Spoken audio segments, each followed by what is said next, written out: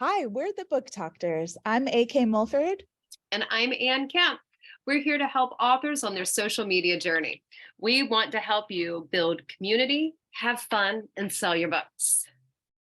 If you want even more social media support and bonus content, you can join our community at patreon.com/BookToktors.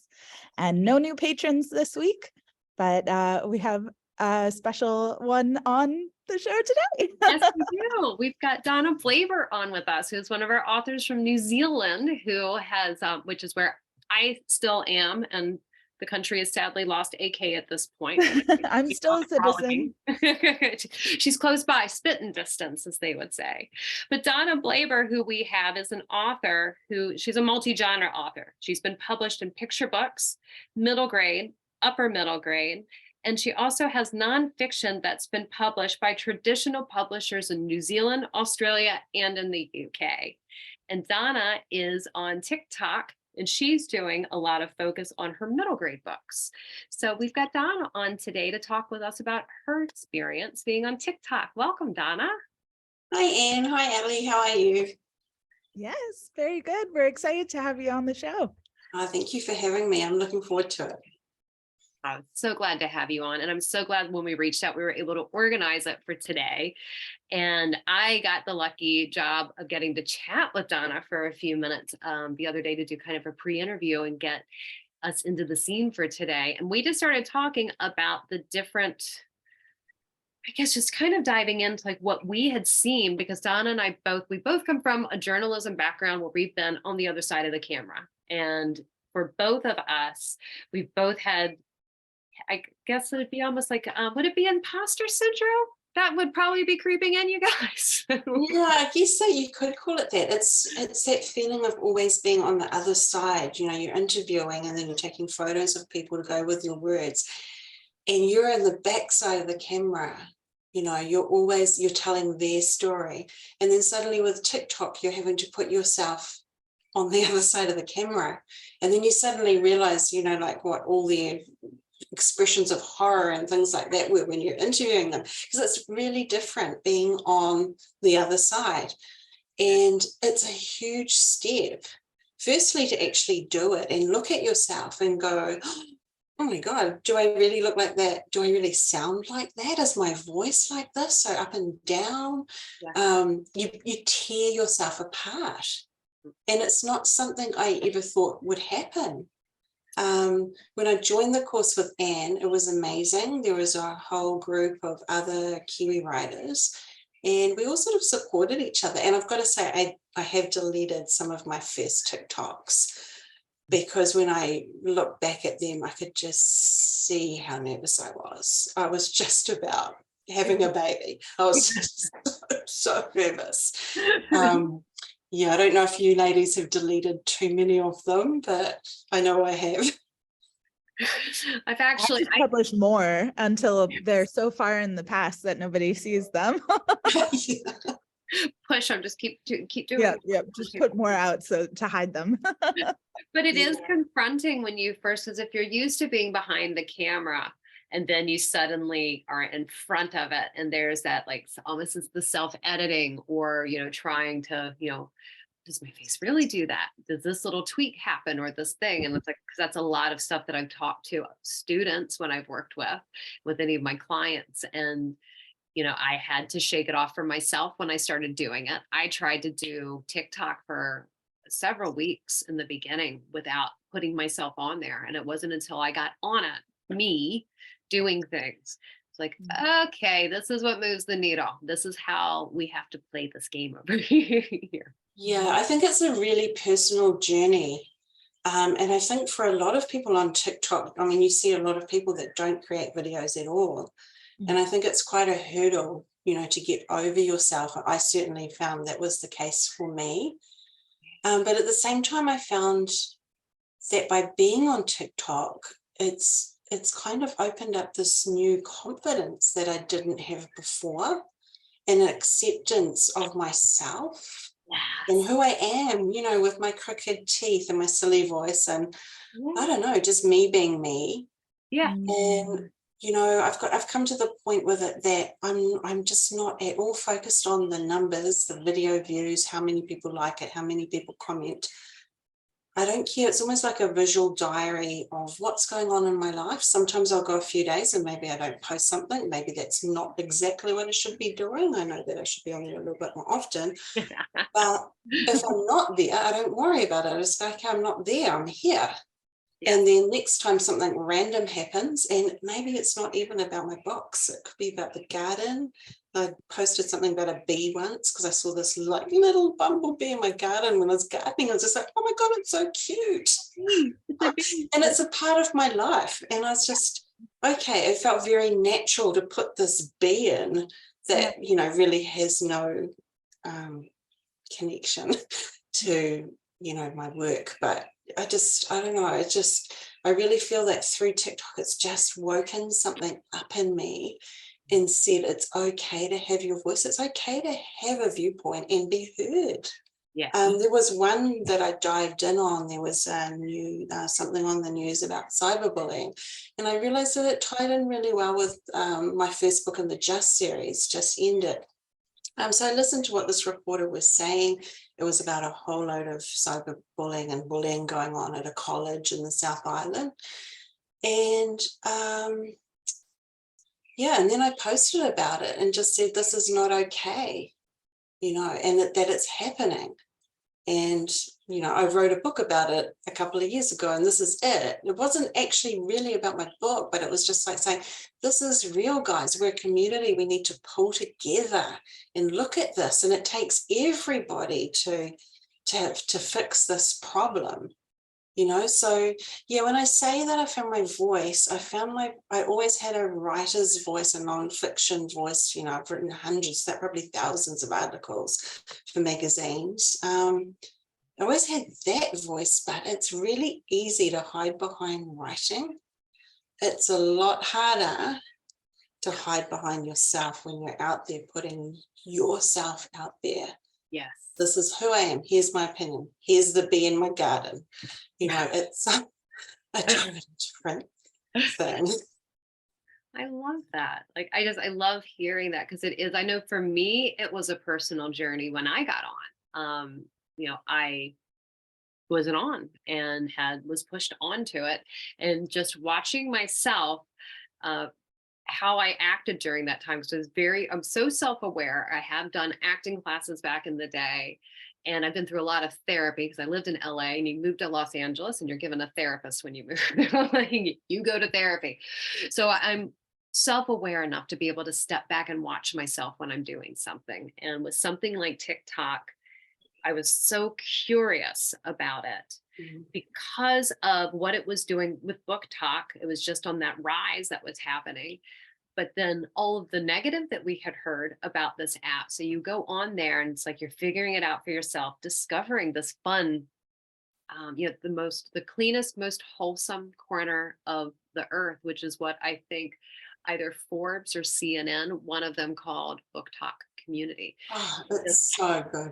It really, like, it is, it's that spot to go to, that it's like, it is that community that once I got over myself and realized that people don't care. They're not looking at that, like the things that I'm looking at, because that's, Donna, you talk about your crooked teeth. You said that the other day when we talked, it made me laugh, but I was laughing at me because I think about my crooked teeth. I don't know you have any, and I look at you. Oh, I do. But yeah, like, you know, like I know, like there are things too, I'm like, oh, I do this thing, or what, I know the little, the quirk that happens in my eye, or the way something, like I'm all gums. I mean, that's just it. I smile and I am nothing but gums with chiclet teeth. And that's always a thing. Like, but getting over those things and being like, but this is who I am. And that's why people know who we are, because they see us coming. Crooked teeth, full of gums, all of it. How do we get to be so critical of ourselves and to be so like hung up on who we actually are?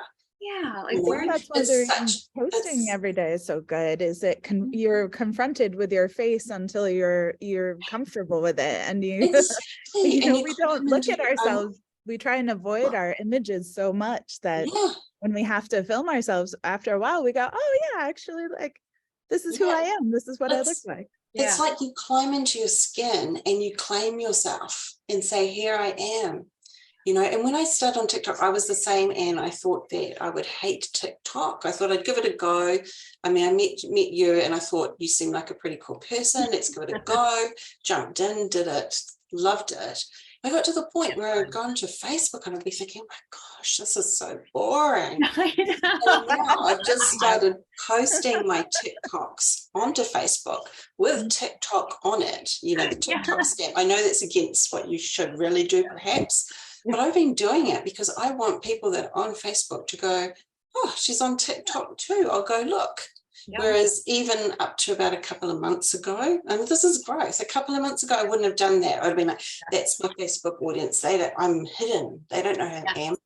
Change a profile picture every now and again, and I can hide behind this kind of semi-perfect picture that I might have made. But it's so true, like because Allie came in to TikTok, like Donna and I come with baggage. Donna and I are on a train with baggage, and we're moving countries going, okay, because I can remember, like for me, finally about 6 months ago, outing myself on Instagram was a big deal because I had people, I have not lived it down yet. I had people going, you're on TikTok. Like, shut up, I'm happy.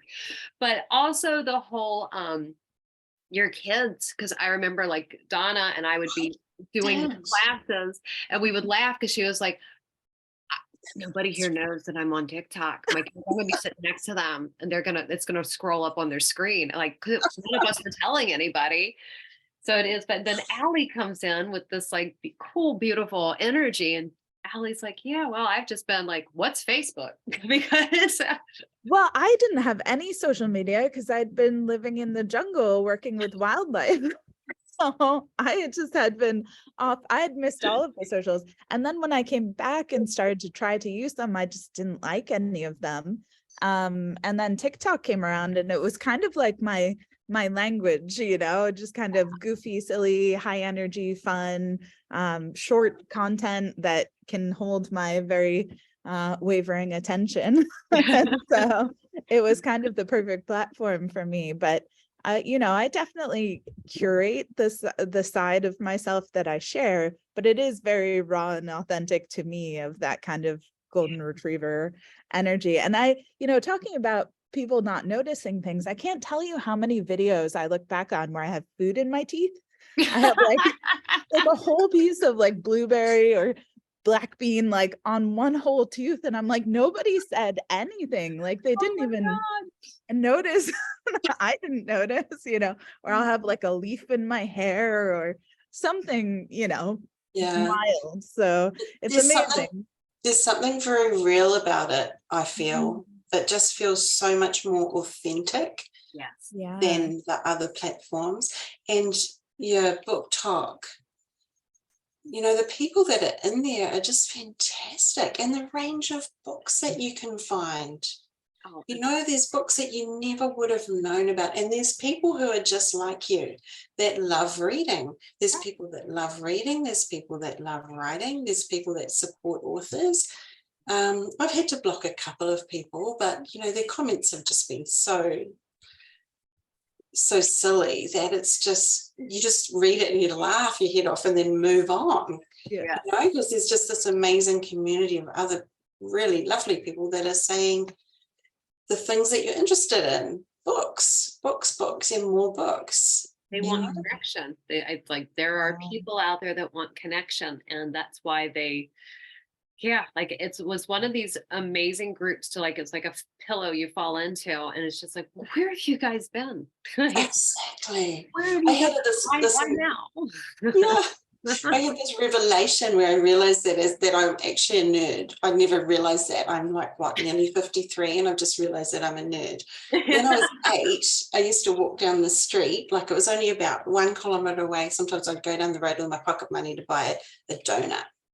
And I would walk down the street reading my library book or whatever book I had on the go, because I couldn't bear to waste the time that it took to walk 1 kilometer without reading. Yes. So like that was 8-year-old me. And it was only like, I don't know, going back a month or so ago, I thought, oh my God, I was actually a nerd. And now I'm surrounded by all these people who are exactly like me. Yes. You know, like, Yeah, yeah. well, you think about in any town, I think all of us collectively were the one kid who always had a book in our hands, but Yeah. then you get online and you meet a community of people who It's were loads all of the us. people. Yeah. That's so true, Alan. I had never thought like we were all by ourselves in our towns. 'Cause like my family growing up until about the age of 11 or 12, every Friday night we would go out to dinner. That was my dad's thing. We would go out to dinner. And every Friday night I would have the book I was reading and I would have it in my lap at the table. And it was always a social event, like, 70s and 80s, like just a different lifestyle back. Everybody walking around smoking cigarettes, talking to each other at the restaurant. I wanted to be entertained because we were going to be there for a few hours. So I would sit and sometimes I'd go out to the car and be like, I'm just going to hang out in the car with the light on or a flashlight because I was usually reading. It was probably Nancy Drew or Agatha Christie because those were my two. And then I discovered B.C. Andrews not long after. So it was kind of like a jump. But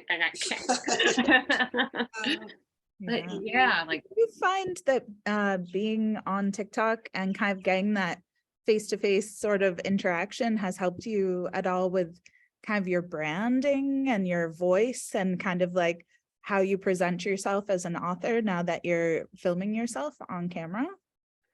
I have started thinking about it a little more than what I did before. So I'd say definitely yes. One thing I will say that is, I said that I wasn't about numbers, but for the first time, I've actually made some money on Kindle. So That's huge. it's, it's not a massive amount, but, to go from like hardly anything at all to quite a bit more just in 1 month. I do very, very little advertising and certainly none on Amazon. So I just, I feel like that has come from TikTok, and that also too has made me think more about, what I'm actually doing and thinking, well, actually, this is working and I'm not even trying very hard to make it work. If I try a little bit harder to make it work, which is where you guys come in. Because honestly, like I said, I'm nearly 53. I try real hard with technology, but there's some things that just don't, I don't know, I'm just not as much of a digital native as I'd like to be. I'd really like to close that gap, but there always seems to be a little bit of stream to wade through to get to the other side. Yeah. There will always be something, I think, for us to have to wade through to get to the other side. I'm still trying to wade through Snapchat. Glenn. Sorry, I have a child that's swimming in the pool in a really unsafe situation, and I'm trying to I had to get up to get my husband to help intervene out of the tube. I used to be a swim teacher, so water safety is front of my mind always, and those big inflatable tubes are just huge hazard. So it was at a big hazard. Yeah, they really are if they flip around the other way, because you can't flip back. Exactly. Yeah. Yeah. Which, I don't think he appreciates. Anyway, sorry. This is a story of my life, is always getting distracted by things.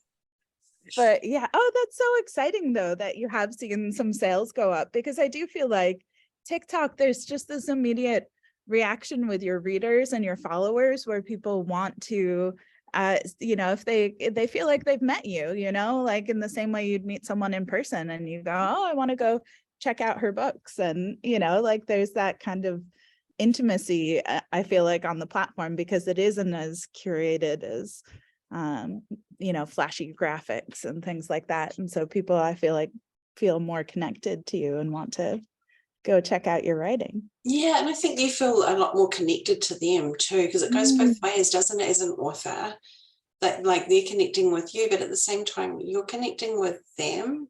Yes. And you know what they like to read, and then I find often I'll see something and I'll be like, hey, you've read this, have you thought about this one? And it'll be like an obscure something really obscure that I've read often, and it's written by, you know, a Kiwi author or someone who, you know, maybe is overlooked or just hasn't got that international exposure, that you think, hey, this book is just so good.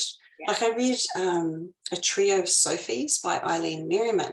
Honestly, I can't stop thinking about that book, the structure. It was just so exciting right until the very end.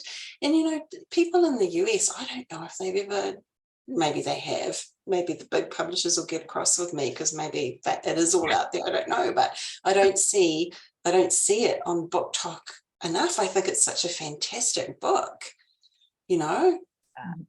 I just think some of the Colleen Hoover readers could give that a go and they'd probably really like it. And it's YA. I don't think her books are necessarily YA, although in saying that, my two 18-year-old daughters, one of them's reading Verity at the moment. They're twins, and one of them's reading Verity, and I'm just like, oh my God, because I'm not sure how I feel about that, but you know, it ends with us. They both read it. It went around their boarding house. Every girl in the boarding house read it. So yeah, writers like Eileen Merriman, I just think it would be really cool to get. I don't know, I just like talking about the books that I've read, and that was one book that I really, really loved. So, you know, you're really connecting with your readers too, like, you know, with what they like. It's not necessarily all about you and the books you've written. Yeah, I feel like you've hit on such an important thing there too, that I see a lot of people struggle with, where they'll post a lot of content about themselves, but never try and learn about the people who are following them, or engage with them, or ask questions, or get to know their followers. And that's like a whole part of the community building, is like they get to know you, but you also get to know them. And I feel like a lot of people who are struggling with engagement are missing that piece. Yeah. It's an important ingredient, you know. It's like you've got to have that in there. You've got to be able to have this like community and connection, because I think that's the one thing something to me resonates with it, because I feel like I think everything is like, we've got before COVID, we have after COVID, but I think that during COVID was when I saw that community style start to come up, because here in New Zealand, we were witnessing it on the ground. But then you saw how different groups came together online over a 2-year period, having to shift and to do things. But there's something about that community that became stronger, I think, in a lot of ways. And I mean, definitely TikTok picked up because people needed to have somewhere to go, because you turn on the TV and that's just the worst reality show ever that they call news. So who wants to even like watch and like know what's happening? I would much rather like read my news in the morning somehow and then have TikTok entertain me in short bursts all day and get to chat with people in there, because I can do things like talk about the Real Housewives, but then also the book that I'm reading, or get a new, you know, find out from somebody that I met that lives in Tennessee what they recommend. And that's fun. Like it's great, because, you know, writing's a lonely pursuit, you know, and you can connect with other writers as well. And, you know, just like I'm doing nano at the moment, so that's been quite interesting, you know, like I'm sitting here trying to get my 1,666 words per day. You know, and then every now and again, I'm just going onto TikTok or see who else is doing it, you know, what they're saying, what they're doing. As it turns out, I'm actually, the book that I said I was going to be writing, I actually haven't started writing it. I've started writing the second book. So I have to be trying to do two, because I really have to do the other one. You know, when the voices in your head just grab you and they're like running off this way, and it's like, okay, all right, I'm just going to go with that for the moment. And then hopefully all this writing practice will help when I do the other. Anyway, hooking onto TikTok and then seeing that, no, you're not alone. That's quite normal. You know, people are struggling with the same things. And it's great. It's a really good place to be. And I'm so glad that I've joined, and I'm so grateful that I've learned what I've learned so far through, you know, what you've done and all the tips and pointers. That, you know, it really does help. And I love our little group. I love it to see when others post and they say, hey, I just had this breakthrough and this happened to me. And you know, it's so satisfying. And also too, you see so much of yourself in what they post, and you're like, yeah, I can relate to that because I felt like that too. Yeah. And it really helps when you see that in that group too, when you're in there, when you're seeing somebody else that's of a like mind or a like author or someone that you know, that's like, there's the breakthrough. Yeah. You know, we're running out of time. And before we go though, I know I have one more question I want to ask you, Donna. I don't know if Allie does, but my question was, if there was a newbie author standing in front of you going, you do the same one. What would be your piece of advice if they were going, I'm getting ready to get on TikTok and you know, what do I do? And they're asking you, what would your advice be? I definitely say join the BookTokers, and no, I wasn't paid to say that. But seriously, if you want to fast track what you're doing, do join. Because I'm seeing some well-known people in New Zealand at the moment who've started an account and they're just not getting any traction. And their writing is amazing and they deserve traction. It's not the same as Facebook. It's not the same as Instagram. It's a whole new beast. And you will go through a huge personal journey to get to the point at which you're comfortable standing on the other end of the camera, saying what you think, posting your thoughts. It's a journey, but it's a journey that's worth taking. And if you're going to do it, join a group, you know, get that support. And I guess most of all, just do it because it's worth it. There's so much learning. Thank you, Donna. Did you have anything else that you wanted to ask Allie or to add? Well, my question was very similar, which was if there's an author who's worried about getting on TikTok because they're nervous about filming themselves for the first time, do you have any tips or advice for them to kind of get over the hurdle of starting to film on TikTok? I do actually, and the reason is I've been writing this romance in the background for quite some time, and I don't feel very confident about it, and I'm not sure that I can use my regular pen name when I publish it. So one of the things I have been considering is creating another account, although I prefer not to have multiple accounts, but one idea is to get past that is to create this account and get a wig, put on some kind of a costume and do it. Love and it. If I would say to anyone who's not feeling confident in themselves, no, you can't change your teeth, you can't change your eyes. But well, you can with the filters. You can have blue eyes and freckles and But I sort of think, that one of those, that old Hollywood filter or something like that. Get yourself a wig, and you'd be away. No one would even know who you were. Yeah. So I think if you're in that, if that's where you are at with yourself and how you feel about yourself, that you really have to hide that much, there is a way in. Also, you could just keep yourself out of it.